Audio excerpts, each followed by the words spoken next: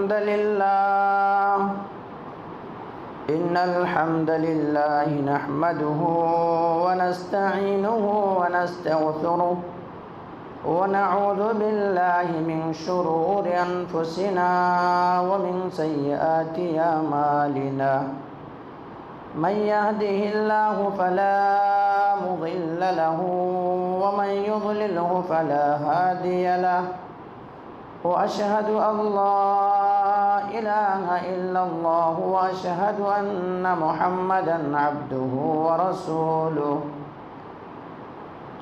يا أيها الذين آمنوا اتقوا الله حق تقاته ولا تموتن إلا وأنتم مسلمون يا أيها الناس اتقوا ربكم الذي خلقكم من نفس واحدة وخلق منها زوجها وبث منهما رجالا كثيرا ونساء واتقوا الله الذي تساءلون به والأرحام إن الله كان عليكم رقيبا يا أيها الذين آمنوا اتقوا الله وقولوا قولا سديدا يصلح لكم أعمالكم ويغفر لكم ذنوبكم ومن يطع الله ورسوله فقد فاز فوزا عظيما أما بعد فإن خير الحديث كتاب الله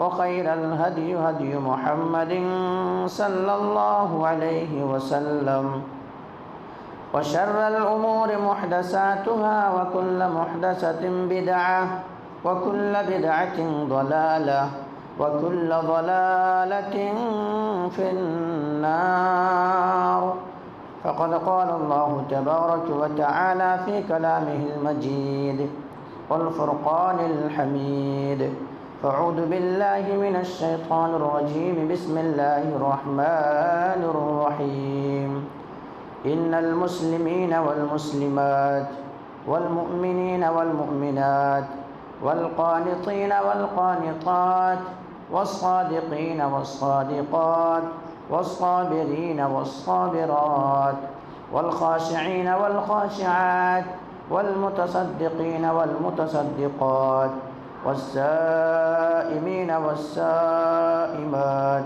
والحافظين فروجهم والحافظات والذاكرين الله كثيرا والذاكرات أعد الله لهم مغفرة وأجرا عظيما وقال الله عز وجل وضرب الله مثلا للذين آمنوا امرأة فرعون إذ قالت رب ابن لي عندك بيتا في الجنة ونجني من فرعون وعمله ونجني من القوم الظالمين وقال النبي صلى الله عليه وسلم إذا صلت المرأة خمسها وشامت شهرها وحسنت فرجها وأتاءت بعلها قال رب اشرح لي صدري ويسر لي أمري واحلل عقدة من لساني يفقه قولي رب زدني علما رب زدني علما اللهم رب زدني علما سبحانك لا علم لنا إلا ما علمتنا إنك أنت العليم الحكيم لا يكلف الله نفسا إلا وسعها لها ما كسبت وعليها ما اكتسبت ربنا لا تؤاخذنا إن نسينا أو أخطأنا ربنا ولا تحمل علينا إسرا كما حملته على الذين من قبلنا ربنا ولا تحملنا ما لا طاقة لنا به واعف عنا واغفر لنا وارحمنا أنت مولانا فانصرنا على القوم الكافرين محترم حاضرین جمعہ، دینی اور ملی بھائیوں، عزیز بچوں، پردہ نشین خواتین اسلام، میرے معزز اسلامی ماں اور بہنیں، تمام تعریف اللہ رب العالمین کے لیے ہے جس نے ہم بنین و انسانوں کو اس روئے زمین کے اندر مبعوث کیا، اور مبعوث کرنے کے بعد اللہ سبحانہ و تعالی نے ہمیں اور آپ کو یوں ہی بلا چوچو چرا بھٹکتا ہوا راہ پر چوپایوں اور جانوروں کی طرح نہیں چھوڑا، بلکہ ہماری رہبری کے لیے، ہمارے رشد و ہدایت کی خاطر 1,24,000 کم و بیش انبیاء کرام کو اس روئے زمین کے اندر مبعوث کیا، اس روئے زمین کے اندر بھیجا۔ تمام کے تمام نبیوں کے اوپر درود ہو، اور تمام کے تمام رسولوں کے اوپر بھی، خصوصاً بالخصوص میرے آپ کا آقا جناب محمد الرسول اللہ صلی اللہ علیہ وسلم پر اللہم صلی علی محمد وعلی آل محمد کما صلیت علی ابراہیم وعلی آل ابراہیم انکا حمید مجید، اللہم بارک علی محمد وعلی آل محمد کما بارکت علی ابراہیم وعلی آل ابراہیم انکا حمید مجید۔ محترم سامعین، میں نے آپ حضرات کے سامنے خطبہ مسنونہ کے بعد قرآن مقدس کی 2 آیت تلاوت کی ہے۔ پہلی آیت جو آپ حضرات کے سامنے پڑھی گئی ہے وہ سورہ احزاب کی ہے، اور آیت 35 ہے، یعنی 30 پر 5 ہے۔ اسی طرح سے آپ حضرات کے سامنے جو دوسری آیت تلاوت کی گئی ہے وہ سورہ تحریم کی ہے، اور آیت 11 ہے۔ اسی طرح سے آپ حضرات کے سامنے ایک حدیث بھی پیش کیا گیا ہے، وہ مسند احمد وغیرہ کے اندر موجود ہے۔ اس مناسبت سے آج میں آپ حضرات کے سامنے بیان کروں گا جنتی عورت۔ جی ناظرین سامعین، آج میں آپ حضرات کے سامنے جو بیان کرنے جا رہا ہوں وہ جنتی عورت۔ میرے بھائیوں، سب سے پہلے ہم اور آپ جانیں یہ کہ اصل کامیابی یہی ہے کہ جو انسان جہنم کی آگ سے بچا لیے گئے اور جنت کے اندر جو داخل ہو گئے۔ اللہ نے یہی کامیابی کے نشان یہی بتایا ہے، اور کامیابی یہی اصل میں ہے۔ اللہ تبارک و تعالی فرماتا فمن زحزح عن النار وادخل الجنۃ فقد فاز وما الحیاۃ الدنیا الا متاع الغرور۔ جو انسان جہنم کی آگ سے بچا لیے گئے اور جنت کے اندر جن کا داخلہ مل گیا، جو داخل ہو گیا، فقد فاز، تو یہی کامیاب ہو گئے۔ پھر اللہ نے آگے کہا ہے وما الحیاۃ الدنیا الا متاع الغرور، یہ دنیا کی زندگی تو دھوکے کا سامان ہے، یہ دھوکہ ہے، دھوکہ ہے۔ یہ دنیا کیسے دھوکہ ہے؟ ذرا غور کریں اس بات پر۔ دنیا اس لیے دھوکہ ہے، مثلا یہ دنیا کے اندر انسان اپنے مرضی کے مطابق زندگی نہیں بسر کر سکتا، چاہتے ہوئے بھی انسان اپنے خواہش اور اپنے تمنا اور اپنے آرزو کے مطابق زندگی بسر نہیں کر سکتا۔ اور دنیا، ایک انسان دنیا کمانے کے لیے قد و کاوش کرتا ہے، محنت کرتا ہے، کرتے کئی محنت و قد و کاوش کرتا ہے، وہ حلال و حرام تک کو بھول جاتا ہے، لیکن اچانک ایسا حادثہ ہوتا ہے کہ وہ انسان دھرے کے دھرے رہ جاتے ہیں، روح قبض ہو جاتی ہے، دنیا چھوڑ دیتا ہے، وہ تمام یہاں دھرے کے دھرے رہ جاتے ہیں۔ اس معاملے سے بھی، اس ناحیے سے بھی دنیا دھوکے کا سامان ہے۔ تو میرے بھائیوں، اصل کامیابی خواتین اسلام، آپ لوگ بھی اس عنوان کو بغور سنیں کہ اصل کامیابی جو ہے جنت ہے، اصل کامیابی جنت ہے، اور جو انسان جنت کے اندر گیا وہی کامیاب ہے۔ لیکن جو انسان اب جنت ملے گی کیسے، جنت کے اندر جائیں گے کیسے، جنت کے اندر داخلہ کیسے ملیں گے، بغور سنیں گے۔ جنت کے اندر کوئی بغیر اعمال سے نہیں جا سکتے۔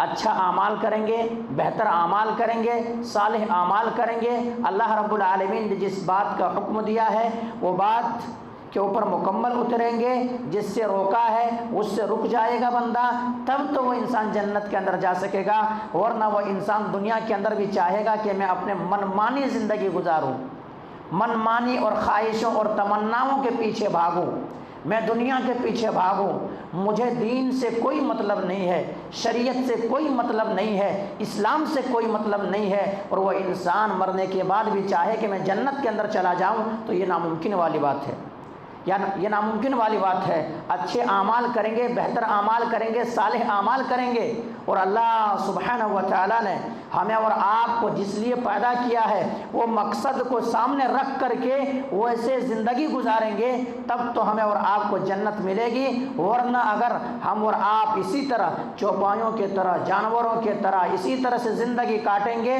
ہماری زندگی میں اسلام نام کی کوئی چیز نہیں، شریعت نام کی کوئی چیز نہیں، دین نام کی کوئی چیز نہیں۔ اسلام کیا بتاتا ہے، نبی کیا کیا حکم ہے، اللہ کا کیا فرمان ہے، ہمیں اور آپ کو ان تمام ساری چیزوں سے کوئی مطلب نہیں۔ اور ہم اور آپ یہ چاہیں گے کہ صرف جب میں مر جاؤں اس وقت مولوی صاحب آ کر کے ہمارے نماز جنازہ پڑھا دیں گے، ہمارے رشتہ دار سب آ جائیں گے اور اسی طرح سے ہم جنت کے اندر چلے جائیں گے، تو یہ خیالی پلاؤ ہے، یہ صرف آرزو ہے، تمنا ہے۔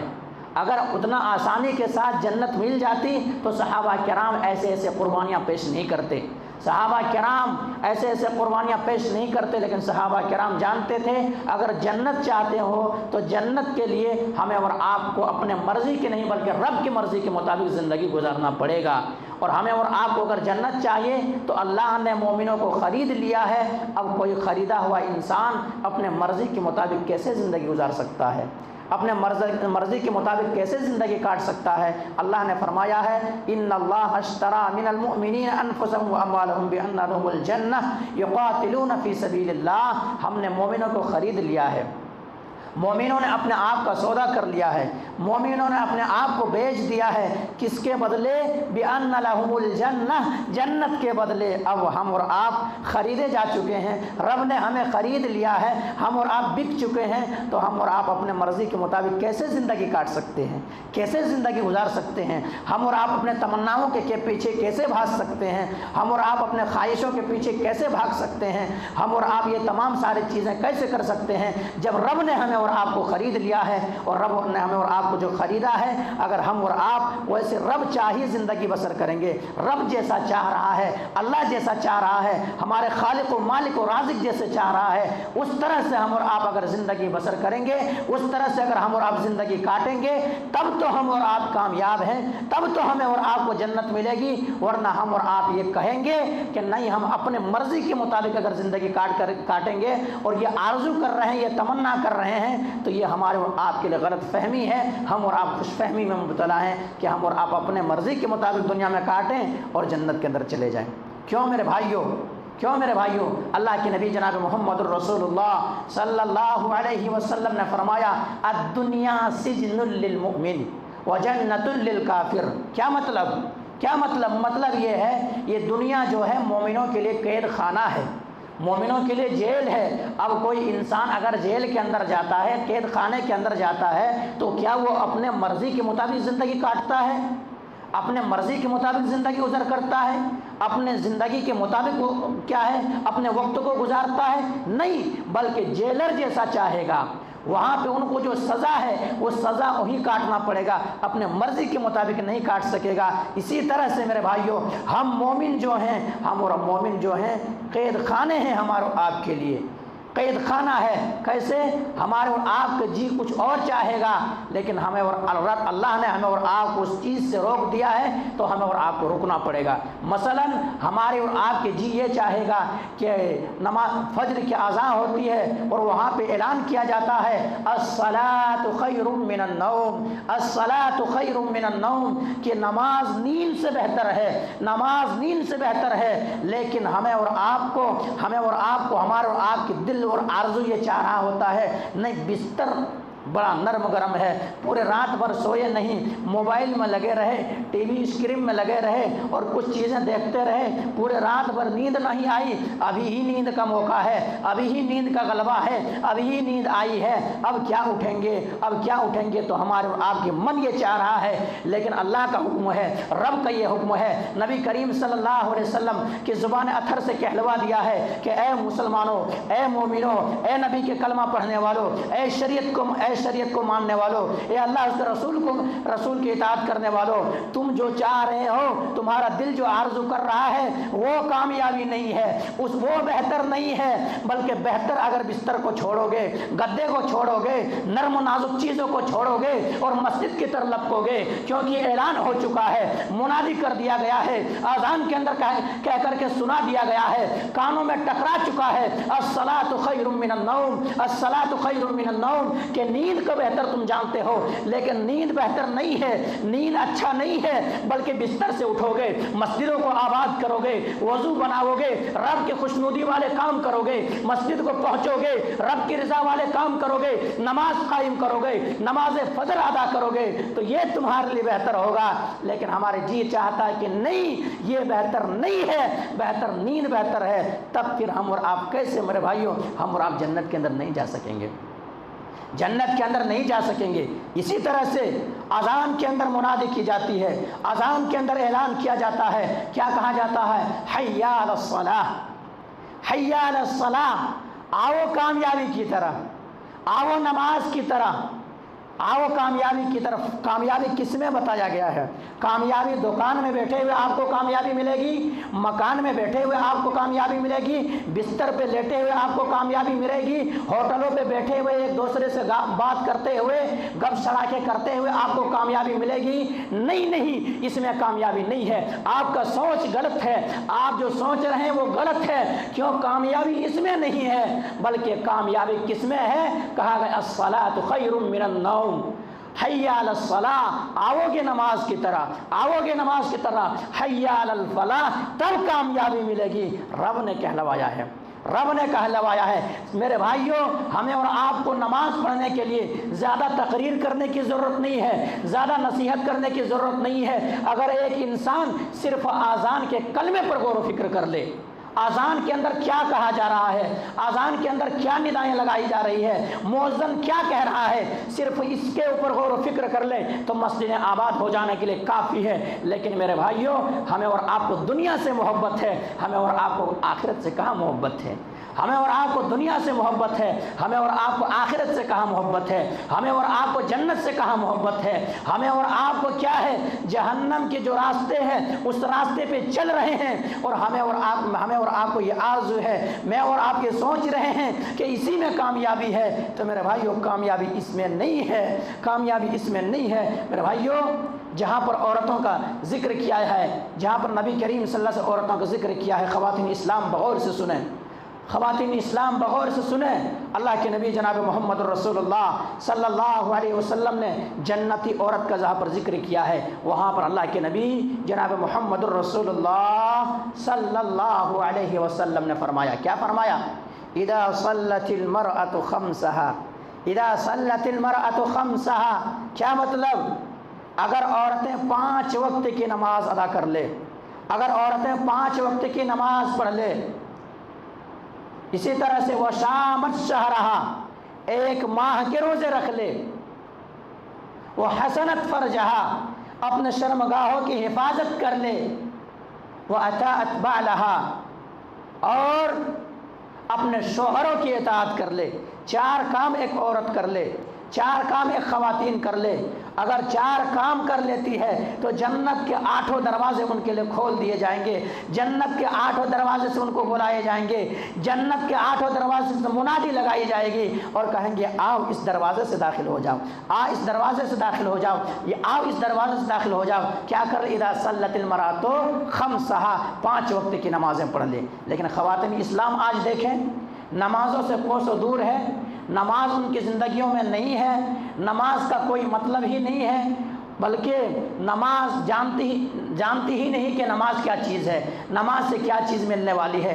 حالانکہ خواتین اسلام کے لیے، مرد کے لیے ذرا مشکل ہے گھر سے اٹھ کر کے مسجد میں آ کر کے جماعت کے ساتھ ادا کرنا نماز، جماعت کے ساتھ پڑھنا نماز، یہ ذرا مشکل ہوتا ہے۔ انسان کیا سوچتا ہے کہ میں گھر میں نماز پڑھ لیتا ہوں، میں نماز تو نہیں چھوڑتا ہوں، میں گھر میں ادا کر لیتا ہوں، گھر میں پڑھ لیتا ہوں، ایک بہانہ یہ بھی بنتا ہے۔ لیکن خواتین کے لیے کیا ہے؟ اگر وہ گھر ہی کے اندر آزاں ہو گئی، وضو بنا لیے، مصلی پہ کھڑے ہو گئے اور کھڑے ہو کر کے رب کی عبادت کر لیے، رب کے بندگی والے کام کر لیے، نماز پڑھ لیے، گھر ہی کے اندر مسجد آنے کی ضرورت نہیں ہے، ان کو مسجد آنے کی ضرورت نہیں ہے۔ اور اللہ کے رسول نے فرمایا سب سے بہتر جگہ، سب سے اچھی جگہ عورتوں کے لیے، خواتین کے لیے کیا ہے؟ گھر کا کونا ہے، وہاں نماز ادا کر لے۔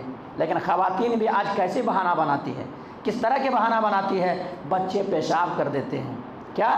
بچے پیشاب کر دیتے ہیں، یا پھر گھر کے کام و کاج میں ہم مشغول ہو جاتے ہیں، یا پھر اسی طرح سے ہم طہارت سے نہیں رہتے ہیں، اس طرح سے بہانہ بناتے ہیں۔ آئیے خواتین اسلام آپ کے سامنے ایک مثال پیش کروں، میں ایک مثال پیش کروں، صحابہ کرام کی بیویاں کیسے ہوا کرتی تھی، صحابہ کرام کی بیویاں کیسے ہوا کرتی تھی۔ آئیے نبی کریم صلی اللہ علیہ وسلم کی بیٹی کے تعلق سے سنیں۔ نبی کریم صلی اللہ علیہ وسلم کی بیٹی حضرت فاطمہ الزہرا رضی اللہ تعالیٰ عنہ، فاطمہ الزہرا رضی اللہ تعالیٰ عنہ، ان کی کیفیت یہ ہے کہ خود اپنے ہاتھوں سے چکی چلاتی ہے، خود اپنے ہاتھوں سے چکی چلاتی ہے، اور چکی چلانے کے بعد خود آٹا تیار کرتی ہے، چولہے میں جا کر کے لکڑیاں جلاتی ہے، اور اپنے ہاتھوں سے جا کر کے مشکیزے سے پانی بھر کر کے لاتی ہے، لیکن ان کے باوجود بھی کبھی زندگی میں انہوں نے نماز کو قضا نہیں کیے، زندگی میں نماز نہیں چھوٹے، نماز کو ترک نہیں کیے۔ کیا وہ زیادہ مشقت کر رہی تھی، وہ زیادہ مشقت اور پریشانی اٹھا رہی تھی، یا آپ اٹھا رہے ہیں؟ آپ کے گھر تو تمام ساری چیزیں تیار ہو کر کے آتا ہے، آٹے کی آپ کی ضرورت ہے، دکان میں فوراً پہنچتے ہیں، جا کر کے آٹا تیار آ جاتا ہے۔ آپ گھر کے اندر صرف ایک گیس کا چولہا کھولے اور کیا ہے آگ جلائے تو آگ تیار ہو جاتی ہے، گھر کے اندر نل کھولے تو پانی آ جاتا ہے۔ آپ کے لیے کیا مصیبت ہے، کیا پریشانی ہے؟ لیکن صحابیہ نے کبھی یہ نہیں کہا کہ ہمارے گھر کے اندر کام و کاج ہے، ہمارے گھر کے اندر طرح طرح کی چیزیں ہیں، ہم اور آپ کام و کاج میں پھنس جاتے ہیں، بچے پیشاب کر دیتے ہیں۔ صحابیہ نے کبھی ایسا نہیں کہا۔ کیوں؟ اس لیے نہیں کہا کیونکہ اور آج کے دور میں اگر بچے پیشاب کر دے تو ان اور پیشاب سے بچنے کے لیے طرح طرح کے آلات بھی موجود ہے، نہیں ہے؟ آلات بھی موجود ہے، ان کو پہنانے کے لیے ایسے ایسے چیزیں تیار کی ہے۔ آج ٹیکنالوجی یہاں تک پہنچ چکا ہے کہ وہ پیشاب کا بہانہ بھی آپ نہیں بنا سکتی ہے، آپ کام و کاج کے بہانہ بھی نہیں بنا سکتی ہے، لیکن ان کے باوجود بھی آپ نماز نہیں پڑھتی ہے، آپ نمازوں سے کوسوں دور ہے، آپ کو مطلب ہی نہیں ہے نماز کا۔ میرے بھائیوں اور خواتین اسلام، ذرا غور کر لیں، آپ ذرا فکر کر لیں۔ آپ اگر آپ نمازی بن گئی، اگر آپ نمازی بن گئی تو آپ کے نمازی بننے کی وجہ سے آپ کے شوہر نمازی ہوں گے، آپ کے نمازی بننے کی وجہ سے آپ کے بیٹے نمازی ہوں گے، آپ کے نمازی بننے کی وجہ سے آپ کی بیٹی نمازی ہوگی، آپ کی نمازی بننے کی وجہ سے آپ ایک پورے خاندان کو سنبھال سکتی ہے، پورے خاندان کو بنا سکتی ہے، پورے خاندان کو تیار کر سکتی ہے۔ اگر آپ سدھر جائے، اگر آپ سدھر جائے، آپ کے اندر اگر تبدیلی آ جائے تو پورے گاؤں اور پورے محلے سدھر سکتے ہیں۔ لیکن آج خواتین اسلام کو کہاں فکر ہے؟ خواتین اسلام کو اس بات کا فکر ہے، یہ مرد حضرات کو بھی اس بات کا فکر ہے کہ اگر ہم رات میں جلدی سوئیں گے نہیں تو صبح نہیں اٹھ پائیں گے، صبح اٹھ نہیں پائیں گے تو کام میں نہیں جا پائیں گے، کام میں نہیں پہنچ پائیں گے، پیسے نہیں آئے گا، پیسے نہیں ہوگا، ہم کاموں کیسے کھائیں گے، کیا پیئیں گے، کیا؟ یہ فکر ہے، لیکن یہ فکر نہیں ہے، رات میں یہ سوچ کر کے نہیں سو رہا ہے اگر ہم رات میں سوئیں گے نہیں تو فجر میں اٹھیں گے نہیں، فجر میں اٹھیں گے نہیں، نماز پڑھیں گے نہیں، نماز پڑھیں گے نہیں، پھر کیا ہوگا؟ ہمارے لیے کیا ہے؟ جہنم کی وعید سنائی گئی ہے۔ اللہ کے نبی جناب محمد رسول اللہ صلی اللہ علیہ وسلم اپنے نظروں سے دیکھ کر کے آئے ہیں، اپنے آنکھوں سے دیکھ کر کے آئے ہیں۔ نبی کریم صلی اللہ علیہ وسلم کہ نبی کریم صلی اللہ علیہ وسلم بے نمازی کا حشر دیکھ کر کے آئے ہیں، ان کا سر پتھروں سے کچلا جا رہا ہے، سر پھوڑا جا رہا ہے، سر چکنا چور ہوتا ہے، پھر صحیح ہوتا ہے، سوال کرنے پر جواب آتا ہے کہ فقلت من ہؤلاء یا جبریل، اے جبریل امین بتاؤ تو صحیح، ان کے سر کیوں کچلا جا رہا ہے، ان کے سر کیوں پھوڑا جا رہا ہے، ان کے سر کیوں چکنا چور کیا جا رہا ہے؟ اللہ اکبر، اللہ اکبر، جواب آتا ہے، جواب آتا ہے۔ اللہ کے نبی جناب محمد رسول اللہ صلی اللہ علیہ وسلم یہ وہ شخص ہے، یہ وہ انسان ہے، یہ وہ آدمی ہے جن کا سر نماز کے وقت بھاری ہو جایا کرتا تھا، جن کا سر نماز کے وقت بھاری ہو جایا کرتا تھا، کانوں میں ٹکراتی تھی، آواز آتی تھی، منادی اعلان کرتا تھا، انہیں یاد دلایا جاتا تھا کہ کامیابی تم جس میں ڈھونڈ رہے ہو اس میں کامیابی نہیں ہے، بلکہ کامیابی اس میں ہے اگر تم آ کر کے وضو بناؤ گے، وضو بناؤ گے، مسجدوں کو آباد کرو گے۔ لیکن اس بات کا فکر نہیں ہے ہمیں، اس بات کا فکر نہیں ہے ہمیں۔ اگر اس بات کا فکر ہو جائے، اگر اس بات کا فکر ہو جائے تو انسان جب تک روح باقی ہے تب تک یہ کبھی نماز کو نہیں چھوڑے گا، تب تک نماز کو نہیں چھوڑے گا۔ آئیے میں بتاؤں فکر صحابہ کرام کو تھا، فکر صحابہ کرام کو تھا، کیسی فکر؟ آئیے فکر سنیں میرے بھائیوں، فکر سنیں۔ ایک بار ایک شخص کو تابعی ہیں تقریباً، ان کے نماز عشاء چھوٹ گئی ہے۔ کیا؟ نماز عشاء چھوٹ گئی ہے۔ کیسے چھوٹی ہے؟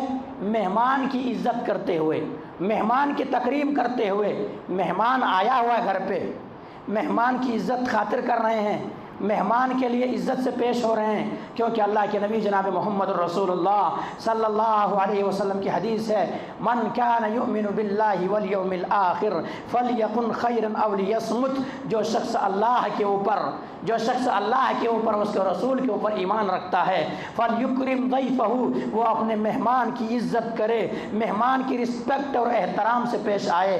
نبی کریم صلی اللہ علیہ وسلم کی یہ حدیث ان کے سامنے ہے، وہ کیا کرتے ہیں، وہ تابعی کیا کر رہے ہیں، یعنی اسی کی عزت و احترام کر رہے ہیں۔ اور نماز عشاء کا وقت نکل گیا ہے، نماز عشاء کا وقت نکل گیا ہے، مہمان کو کھانا کھلا کر کے، مہمان کو تیار کر کے، اب مہمان کو تیار کرنے کے بعد وہ گھر سے نکلتا ہے اور یہ سوچ کے نکلتا ہے، تمام مسجدوں کا چکر لگاتا ہے، تمام کوفے کے اندر جتنے سارے مساجد ہیں تمام مسجدوں کو چکر لگاتا ہے، صرف اس غرض سے کیونکہ جماعت سے میری نماز چھوٹ گئی ہے، اور جماعت سے نماز پڑھنے میں ایک الگ فضیلت ہے، اور اکیلے نماز پڑھوں اس کی الگ فضیلت ہے، اگر نماز جماعت کے ساتھ پڑھوں تو الگ ثواب ہے، اور اکیلے نماز پڑھوں تو الگ ثواب ہے۔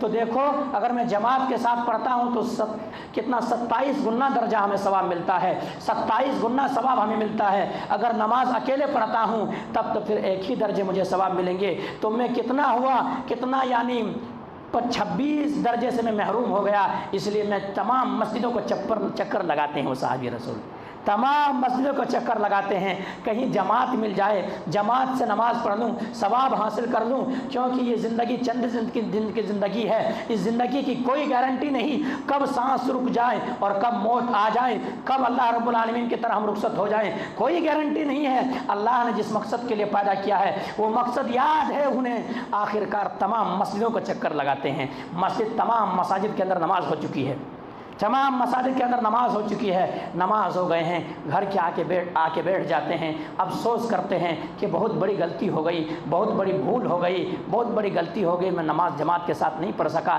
لیکن پھر دل کے اندر خیال آتا ہے کیونکہ میں نے اللہ کے نبی جناب محمد رسول اللہ صلی اللہ علیہ وسلم کو فرماتے ہوئے سنا کہ اگر کوئی شخص اکیلے نماز پڑھے تو ایک ہی درجے ثواب ملیں گے، اور اگر جماعت کے ساتھ پڑھے تو 27 درجے ثواب ملیں گے۔ اب ایسا کرتا ہوں، نماز عشاء کو 27 مرتبہ پڑھتا ہوں۔ کتنا مرتبہ پڑھتا ہوں؟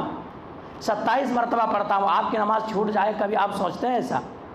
آپ تو فون میں لگے ہوئے میرے بھائی، نماز آپ کو چھوٹ جاتی ہے، فون پہ بات ہو رہے ہیں، مسجد کے صحن پہ ہے، بات کر رہے ہیں، آپ کی نماز چھوٹ جا رہی، چھوٹ رہی، مسجد کے صحن پہ آپ ہیں، گھر پہ بیٹھے ہوئے ہیں، آپ کو اتنا امپورٹنٹ لگتا ہے کہ یہی سب اہمیت ہے، اور آپ فون پہ لگے ہوئے بزنس میں پھنسے ہوئے ہیں، آپ کی جماعت کی کوئی پرواہ نہیں رہتی۔ اس صحابی رسول کی ایک جماعت چھوٹی ہے، 27 مرتبہ نماز پڑھا ہے، لیکن نماز پڑھنے کے بعد بھی سو گئے ہیں صحابی، سو گئے ہیں۔ سو جانے کے بعد رات کے اندر خواب آتا ہے، کیا خواب؟ مقابلہ کا خواب آتا ہے، گھڑ سواری کے خواب آتا ہے کہ گھڑ سواری ہو رہی ہے، یہ بھی گھڑ سواری کے اندر حصہ لیا ہوا ہے، یہ بھی اپنے گھوڑے کو بھگا رہا ہے، اور دوسرے شخص بھی گھوڑے کو بھگا رہا ہے۔ آخر کار یہ بھگانے کی کوشش کرتا ہے کہ میں اس سے آگے نکل جاؤں، لیکن آگے نہیں پہنچ پا رہے ہیں۔ آخر کار جنہوں نے جماعت کے ساتھ نماز پڑھی تھی وہ کہتے ہیں کہ اے میرے ساتھی، اے میرے دوست، آپ کو اپنے گھوڑے کو تھکانے کی ضرورت نہیں ہے، آپ کو اتنا قد و کاوش کرنے کی ضرورت نہیں ہے، آپ کو اتنا تھکنے کی ضرورت نہیں ہے، آپ کو اتنا مصیبت مول لینے کی ضرورت نہیں ہے۔ کیوں؟ اس لیے مول لینے کی ضرورت نہیں ہے کیونکہ گھڑ سواری میں آپ مجھ سے آگے نہیں نکل سکتے ہیں، آپ مجھ سے مقابلہ نہیں جیت سکتے ہیں۔ کیوں مقابلہ نہیں جیت سکتا ہوں؟ کیونکہ میں نے جو نماز پڑھی ہے، نماز عشاء کو جماعت کے ساتھ پڑھی ہے، اور آپ اکیلے نماز پڑھے ہیں، تو آپ ہمارے درجات کو کیسے پا سکیں گے؟ آپ ہمارے اہمیت کو کیسے سمجھ سکیں گے؟ آپ ہمارے فضیلت کو کیسے پا سکیں گے؟ اس لیے زیادہ تھکنے اور زیادہ قد و کاوش کرنے، زیادہ محنت کرنے کی ضرورت نہیں ہے۔ یہ تھے وہ میرے بھائی، انہیں تڑپ تھی، انہیں خوف تھا کہ جنت ہمیں کیسی مل جائے۔ آج ہمیں اور آپ کو جنت کا فکر نہیں ہے، آج ہمیں جنت کا فکر نہیں ہے۔ اگر ہمارے اور آپ کی جیب سے اگر 10 روپے گر جائے اس پر افسوس ہوتا ہے، کہ جیب کے اندر میں رکھا تھا پیسے، کدھر گر گیا کدھر گر گیا کہ لیکن آپ جس کے بدولت جنت کے اندر جائیں گے، جس کے بدولت آپ کی قبر کی اندھیری روشنی میں بدل جائے گی، جس کے بدولت قیامت کے دن آپ کے لیے کیا ہوں گے، آپ کے لیے تمام لوگ نفسی نفسی کے عالم میں ہوں گے، لیکن آپ کے سروں کے سامنے سایہ ہوگا، آپ کے لیے سایہ کر رہا ہوگا، دھوپ سے بچا رہا ہوگا، لیکن آپ اسی کو چھوڑ کر کے چھوڑتے ہیں تو آپ کو افسوس نہیں ہوتا ہے، آپ کو افسوس نہیں ہوتا ہے۔ جی میرے بھائیوں، میں نے جو کہا یہ بات بڑی سوچ سمجھ کر کے کہا ہے، میں اپنے طرح سے کوئی بات نہیں کہا۔ اللہ کے نبی جناب محمد رسول اللہ صلی اللہ علیہ وسلم فرمایا کہ کل انسان قیامت کے دن تمام انسان نفسی نفسی کے عالم میں ہوں گے، کوئی پسینے سے کمر تک ڈوبے ہوئے ہوں گے، کوئی چھاتی تک ڈوبے ہوئے ہوں گے، کوئی کوکھ تک ڈوبے ہوئے ہوں گے، اور کوئی پسینے سے سرابور ہوں گے، پسینے میں تیر رہے ہوں گے۔ ایسے مصیبت کی گھڑی میں، ایسے پریشانی کی گھڑی میں، اور یہ گھڑی ایسی گھڑی ہوگی، یہ مصیبت کی گھڑی ایسی گھڑی ہوگی کہ انبیاء کرام نفسی نفسی کے عالم میں ہوں گے، انبیاء کرام نفسی نفسی کہہ رہے ہوں گے، ہائے میرے نفس، ہائے میرے نفس، آج میں بچ جاؤں، آج میں بچ جاؤں، سب جہنم کے اندر چلے جائے، مجھے کوئی غم نہیں ہے۔ ایسی مصیبت اور ایسے پریشانی کی گھڑی ہوگی، لیکن اگر آپ نے مسجدوں کو آباد کیا ہوگا، اگر آپ نے نمازیں پڑھی ہوگی، اگر آپ ایک نماز پڑھنے کے بعد دوسرے نماز کے لیے آپ کے دل کے اندر یہ خیال پیدا ہوگا کہ اب اگر میں زیادہ دور تک نکل جاؤں، زیادہ کاروبار میں مشغول ہو جاؤں تو نماز میری چھوٹ جائے گی، جماعت سے میری نماز رہ جائے گی، اور نماز کے لیے آپ تڑپے ہوں گے۔ اور رجل قلبهم معلق فی المساجد، جن کا دل مسجدوں سے اٹکا ہوا ہوگا، اللہ تبارک و تعالیٰ کہے گا اس بندے کو لاؤ، اس بندے کو لاؤ اور سائے میں جگہ دے دو، سائے میں جگہ دے دو، جہاں پر کوئی سایہ نہیں ہوگا، عرش کے سایہ ہوگا، عرش کے سائے میں جگہ دے دو۔ میرے بھائیو، کن کے لیے کہیں گے؟ کیا جمعہ پڑھنے والوں کے لیے؟ کیا عید و بقرعید پڑھنے والوں کے لیے؟ کیا صرف رمضان المبارک کے مہینے میں روزہ رکھنے اور نماز پڑھنے والوں کے لیے؟ نہیں میرے بھائی، ان کے لیے نہیں کہا جائے گا، بلکہ ایسے شخص کے لیے کہا جائے گا جو ہمیشہ نماز کا پابند ہوں گے، ہمیشہ نماز کو پڑھتے ہوں گے، ہمیشہ نماز کی طرح کامیابی ڈھونڈتے ہوں گے۔ ایسے انسان کے لیے کہا جائے گا، آپ کے لیے نہیں کہا جائے گا کہ آپ کی مرضی کے اندر آئے، آپ نماز پڑھ لیے، آپ کی مرضی کے مطابق نہیں آئے، نماز نہیں پڑھے، آپ لوگوں کے لیے نہیں کہا جائے گا۔ بڑی افسوس کے بات میرے بھائی، بڑی افسوس کے بات میرے بھائی، مجھے یہاں تک لگتا ہے کہ اگر مجھ سے کوئی سوال کرے کہ آپ کے یہاں پہ، آپ جہاں پہ امام ہیں، اگر آپ کے وہاں پہ کون کتنے ایسے مصلی ہیں جو 5 وقت کی نماز پڑھتے ہیں، تو میری زبان رک جائے گی، میری زبان رک جائے گی کہ کوئی ایسا انسان نظر ہی نہیں آتا ہے، کوئی انسان ایسا نظر ہی نہیں آتا ہے کہ جو 5 وقت کی نماز پڑھتا ہو۔ اب کچھ لوگ کہہ رہے ہوں گے ہم گھر میں پڑھ لیتے ہیں، مولوی گھر میں آپ کو اجازت نہیں ہے، گھر میں اجازت نہیں ہے، گھر میں نماز آپ پڑھیں گے آپ کے قابل قبول نہیں ہے، آپ کے کانوں میں آواز ٹکرا رہی ہے، آپ کے پاس طاقت ہے، ہمت ہے، سکت ہے، آپ مسجد میں چل کے آ سکتے ہیں، چل کے آ سکتے ہیں، آ کر کے نماز امام کے پیچھے پڑھ سکتے ہیں، اور اس کے باوجود بھی آپ گھر میں نماز پڑھتے ہیں، آپ کی نماز قابل قبول نہیں ہے۔ آپ تندرست ہیں، توانا ہیں، آپ نماز پڑھیں، اس کی دلیل کیا ہے؟ دلیل کیا ہے؟ اللہ کے نبی جناب محمد کریم صلی اللہ علیہ وسلم کی خدمت میں ایک شخص حاضر ہوتے، نابینا ہے، آنکھوں سے اندھا ہے، آنکھوں سے اندھا ہے، لاٹھی کا سہارا چلتے ہیں، اور مدینے کے وہ جنگل، وہ جھاڑی اتنا خطرناک ہے کہ اگر صحیح ڈھنگ سے نہ چلے تو انسان کا کیا جسم چھلی چھلی ہو جانے کا خدشہ ہے، ڈر ہے۔ اللہ کے نبی کی خدمت میں پہنچ جاتے ہیں، اللہ کے نبی جناب محمد رسول اللہ صلی اللہ علیہ وسلم، میں نابینا ہوں، ہڈیاں کمزور ہو چکی ہے، ہڈیاں کمزور ہو چکی ہے، مسجد میں لانے کے لیے کوئی بھی ہمارے پاس موجود نہیں ہے کہ مجھے کوئی ہاتھ پکڑ کے مسجد تک پہنچا دے۔ اللہ کے نبی جناب محمد رسول اللہ صلی اللہ علیہ وسلم، مدینے کے جنگل کے تعلق سے آپ جانتے ہی ہیں، اتنا خطرناک جنگل ہے، جھاڑی دار اور کانٹی دار جنگل ہے، اور وہی نہیں بلکہ چیڑ پھاڑ دینے والے جانور بھی ہے، بڑی مصیبت ہے۔ اللہ کے نبی جناب محمد رسول اللہ صلی اللہ علیہ وسلم، کیا نماز میں گھر میں پڑھ لوں؟ آج دیکھیے تندرست ہیں، توانا ہے، ہٹھا کھٹا ہے، بہانہ بناتے ہیں کوئی میں گھر میں پڑھ دیتا ہوں، گھر میں پڑھ دے تو کوئی گنجائش نہیں ہے، کوئی گنجائش نہیں ہے۔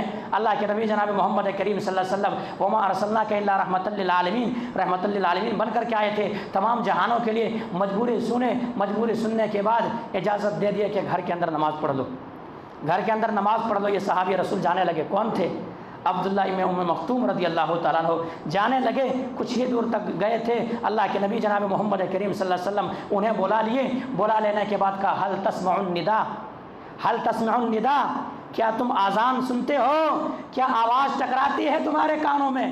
تم آنکھ سے اندھے ہو، کان کے بہرے تو نہیں ہو، کان سے تو آواز سنتے ہو کہ اللہ کے نبی جناب محمد کریم صلی اللہ علیہ وسلم جھوٹ بول سکتے تھے، اللہ کے نبی آواز بھی تو نہیں سنتا ہوں، میک وغیرہ ہے نہیں، آواز نہیں جاتی ہے۔ آج ایک بہانہ یہ بھی ہمارے لوگ کرتے ہیں کہ میک وغیرہ آواز نہیں آتی مولوی صاحب۔ ارے میرے بھائی، آپ کے پاس آپ کے دیگر کام کے لیے آپ جائیں گے، وہاں پر آواز آ جاتی ہے۔ آپ کام کے لیے، کاروبار کے لیے آپ الارم لگائیں گے، آپ کے پاس موبائل کی نعمت ہے، بہت بڑی نعمت کہا گیا ہے تو بہت بڑی زحمت ہے۔ اس میں اگر آپ ایک ایپ تیار کر لیں، آپ کو خود اٹھائے گی، آپ کو خود بتائے گی، آپ کے کانوں کے سامنے اذان ہوگی، آپ اٹھ کر کے آ سکتے، بہانہ نہیں بنا سکتے۔ وہ صحابی رسول کہہ سکتے تھے اللہ کے نبی اذان نہیں سنتا ہوں، لیکن کہا اللہ کے نبی یہ بات تو سچ ہے، میں اذان کو سن لیتا ہوں، اذان میرے کانوں میں ٹکراتی ہے، اذان کی ندا آتی ہے، آواز ٹکراتی ہے، حی علی الصلاۃ حی علی الفلاح۔ اللہ کے رسول نے کہا گھر میں نہیں، پھر یہاں آ کے نماز پڑھو، کہاں آ کر کے؟ مسجد میں آ کر نماز پڑھو۔ بہت بہانہ میرے بھائیوں، کیوں میں یہ کہہ رہا ہوں؟ اگر آپ قبر کے عذاب سے بچیں گے تو نماز کے ذریعے بچیں گے، قبر کے عذاب سے بچیں گے تو نماز کے ذریعے سے بچیں گے، میدان محشر کی گرمی سے بچیں گے تو نماز کے ذریعے سے بچیں گے۔ آپ کے نام اعمال کا وزن ہوگا، سب سے پہلے تو نماز کے تعلق سے ہوگا۔ نماز اگر صحیح نکل گیا الحمدللہ، تب تمام چیزیں صحیح نکلیں گے، اور اگر نماز خراب نکل گیا تو آپ سے زیادہ خسارہ اٹھانے والے کوئی نہیں ہوں گے۔ اس لیے میرے بھائیوں، خواتین اسلام، آپ لوگ بھی غور کریں، اللہ کے رسول نے کیا کہا تھا، اذا صلت المرأة خمسہا، کہ اگر کوئی عورت 5 وقت کی نماز پڑھ لے، 5 وقت کی نماز پڑھ لے تو 1 ماہ کے روزے رکھ لے، اپنے شوہر کی اطاعت کر لے، اپنے شرمگاہ کی حفاظت کر لے، تو وہ عورت جنتی ہے۔ تو میرے بھائیوں، ہمیں اور آپ کو اپنے سینے میں ہاتھ رکھ کر کے، مسلمان ہے مسلمان، یہ نہیں چلے گا کہ ہم کاروبار کے اندر پھنسے ہوئے تھے، ہم بزنس کے اندر پھنسے ہوئے تھے، ہمیں وقت نہیں ملتا تھا، مولوی صاحب جب وقت ملے اسی وقت مسجد کو جاتے تھے، ایسا نہیں ہے۔ کسی نے کیا یہ خوب کہا ہے کہ کام سے کہنا پڑے تو کہہ دو کہ مجھے نماز پڑھنا ہے، لیکن کبھی نماز سے مت کہو کہ مجھے کام کرنا ہے، کبھی نماز سے مت کہو کہ مجھے کام کرنا ہے، کیونکہ نماز ایک ایسی چیز ہے میرے بھائی آپ کے لیے ہمیشہ، کہ نماز کسی بھی صورت میں معاف نہیں ہو سکتی ہے، نہ میرے لیے معاف ہے، نہ آپ کے لیے معاف ہے، نہ گاؤں دیہات میں رہنے والوں کے لیے معاف ہے، نہ کام و کاج کرنے والوں کے لیے معاف ہے، کسی کے لیے معاف نہیں ہے، کیونکہ صحابہ کرام کے ادوار بھی کٹے ہیں، صحابہ کرام جنگ کے اندر گئے ہیں، سر کٹ جانے کا خدشہ ہے، لیکن وہاں پر جب نماز معاف نہیں ہوئی تھی، آپ کو کاروبار میں پھنسے ہوئے، پتھر پھوڑتے ہوئے، یا دکانوں میں بیٹھے ہوئے، یا پھر کیلا تیار کرتے ہوئے، یا دیگر چیزوں میں پھنسے ہوئے، یا حساب و کتاب میں لگے ہوئے، کیا آپ کی نماز معاف ہوگی؟ بولیں، کیا آپ کی نماز معاف ہو جائے گی؟ معاف ہو جائے گی؟ نہیں ہوگی، الحمدللہ نہیں ہوگی، کیونکہ نماز اگر ہے آپ کی زندگی میں تو آپ کا عذاب قبر سے بچیں گے۔ کیسے بچیں گے؟ بچیں گے کہ عذاب قبر کا فرشتہ آپ کے پاس ہتھوڑا لے کر کے آئے گا، اور ایسا ہتھوڑا اللہ کے رسول نے فرمایا کہ ایسا برز ہے، ایسا ہتھوڑا ہے، اگر زمین میں مار دیا جائے تو پورے زمین تہس نہس ہو جائے، پوری دنیا سناٹا چھا جائے، ایسے فرشتے عذاب لے کر کے آ رہے ہوں گے، لیکن وہاں پر نماز آ کر کے کھڑے ہو جائیں گے، نماز آ کر کے کھڑے ہو جائیں گے، کہیں گے یہ عذاب گھسنا چاہے گا لیکن نماز روک لے گی، سر کے سامنے نماز آ جائیں گے۔ یہ بندہ نماز پڑھتا تھا، ادھر سے ما قبل مدخل، کہ ادھر سے داخل نہیں ہو سکتے، پاؤں کی جانب سے آنا چاہے گا، آ کر کے روزے روک لیں گے، روزہ آ جائے گے، سامنے کھڑے ہو جائیں گے کہ یہ بندہ روزے دار تھا، روزہ رکھا کرتا تھا، ادھر سے اجازت نہیں ہے، ادھر سے تو گارڈ لگا ہوا ہے، ادھر سے پورے سرکشا قبض لگا ہوا ہے، ادھر سے نہیں آ سکیں گے آپ۔ پھر دائیں طرف سے آنا چاہے گا، بائیں طرف سے آنا چاہے گا، صدقہ و خیرات روک لیں گے، صلہ رحمی روک گے، بائیں طرف سے آنا چاہے گا، یہ زکوٰۃ روک لے گی، اور یہ تمام ساری چیزیں روک لے گی، وہ عذاب گھس نہیں پائے گا، اور یہ انسان وہاں سے بچ کر نکل جائے گا۔ لیکن اسی طرح سے میرے بھائیوں قبر میں بھی انسان کو نماز کی فکر ہے۔ آج ہمیں اور آپ کو ٹی وی کے سامنے بیٹھے ہوئے ہیں، واٹس ایپ پہ چیٹنگ کر رہے ہیں، دیگر چیزوں میں لگے ہوئے ہیں، بات کر رہے ہیں، موبائل پہ بزی ہیں، ہمیں اور آپ کو نماز کا فکر نہیں ہوتی ہے۔ وہاں فرشتے کے سامنے اگر آپ نمازی ہوں گے، فرشتے کے سامنے نماز کا فکر ہوگا، نمازی ہوں گے، فرشتے کے سامنے نماز کا فکر ہوں گے، فرشتے آ جائیں گے حساب و کتاب کرنے والے، پوچھنے والے آ جائیں گے، سوال کرنے والے، من ربو کا تیرا رب کون، ما دینو کا تیرا دین کیا، اور من نبیو کا تیرا نبی کون، اس وقت جواب نہیں دیں گے نمازی شخص، جواب نہیں دیں گے. پہلے کیا کہیں گے؟ دعونی اصلی، دعونی اصلی، میرے بھائی پہلے نماز. ہم جواب دیں گے آپ کا، لیکن پہلے نماز پڑھنے دو، نماز ادا کر لینے دو. نماز عصر ضائع ہو رہی ہے، نماز عصر برباد ہو رہی ہے، نماز عصر چھوٹ رہی ہے، ذرا دعونی اصلی، مجھے نماز پڑھنے دو. وہ سمجھائیں گے، سمجھا کر کے بٹھائیں گے. یہاں پر نماز وغیرہ نہیں ہے، جو نماز پڑھنی تھی تمام نماز دنیا ہی کے اندر تم پڑھ لیے، اب نماز وغیرہ نہیں ہے. یا تو اب تمہارے لیے یہ قبر جنت کا باغ ہے یا جہنم کا گڈھا ہے، یہاں نماز وغیرہ نہیں ہے. سمجھا کر کے بٹھایا جائے گا. کس چیز کی فکر ہوگی قبر میں؟ کس چیز کی فکر ہوگی قبر میں؟